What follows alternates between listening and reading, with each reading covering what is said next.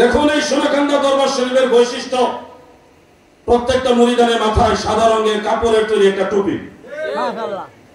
যদি জিজ্ঞাসা করেন ভাই আপনি এরকম টুপি কেন পরেছেন, উত্তর দিবে আল্লাহর নবী এইভাবে পরেছে এজন্য আমরা পরি। ইমাম আসহাবিন নবী সাল্লাল্লাহু আলাইহি ওয়াসাল্লাম বুতহা ওয়া ফি রিওয়ায়াতিন উখরা হালামসুয়াতুন নবী সাল্লাল্লাহু আলাইহি ওয়াসাল্লাম বুতহা।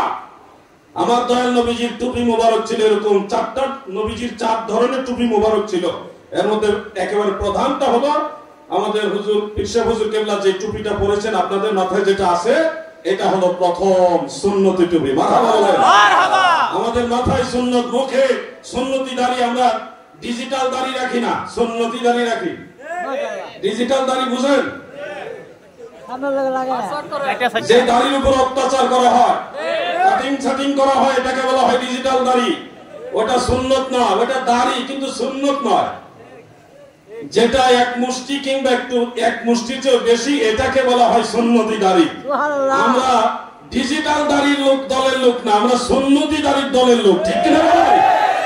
আমাদের পরনের পোশাক দেখেন, সোনাকান্দা দরবার শরীফের আরেকটা বৈশিষ্ট্য হলো ওনারা পাঞ্জাবি পরে, গোল পাঞ্জাবি,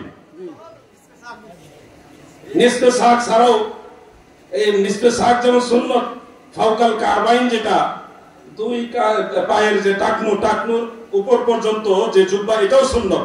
আমাদের দেশের একজন শায়েখ চ্যালেঞ্জ করছিল এটা নিয়ে যে আমরা যে লম্বা জুব্বা পরি এটা জায়েজ না। তো আমি ওনাকে পরে অনেকগুলো হাদিস শরীফ দেখাইছিলাম, বাড়াবাড়ি নয়। নিসফে সাক যেটা সোনাকান্দা দরবার শরীফ পড়া হয় নিঃসন্দেহে এটা সুন্নত। এটা কি সুন্নত? এরপরেও যেটা আরেকটু লম্বা যদি হয় তবে টাকনুর নিচে নয়, টাকনুর উপরে। অনেকে আবার আভা ব্যবহার করে, আভা মানে ওই জুম্মার দিন কালো একটা বা বিভিন্ন রঙের একটা আভা ব্যবহার করে, এটা মাটি দিয়ে শেষরায়, জায়েজ নয়, মাকরুহ। টাকনুর উপরে থাকতে হবে। কথা বুঝতেছেন আপনারা? একদিকে পায়জামা টাকনুর উপরে, আরেকদিকে আভা মাটি দিয়ে শেষরাইতেছে, এরকম যেন না হয়। আমল করা শিখতে হবে। এই দরবার হক্কানি দরবার, হানাফি মাযহাবের প্রশিক্ষণ এই দরবারে হয়। দেখেন এশারের নামাজ একটু বিলম্বে কেন পড়া হচ্ছে?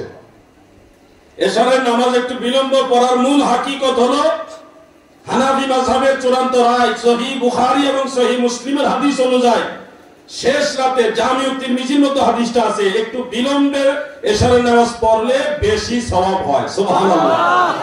আজকে মাগরিবের নামাজের পরে সালাতুল আওয়াবিন নামে 6 রাকাত নামাজ হয়েছে, আপনারা নিশ্চয়ই আদায় করেছেন।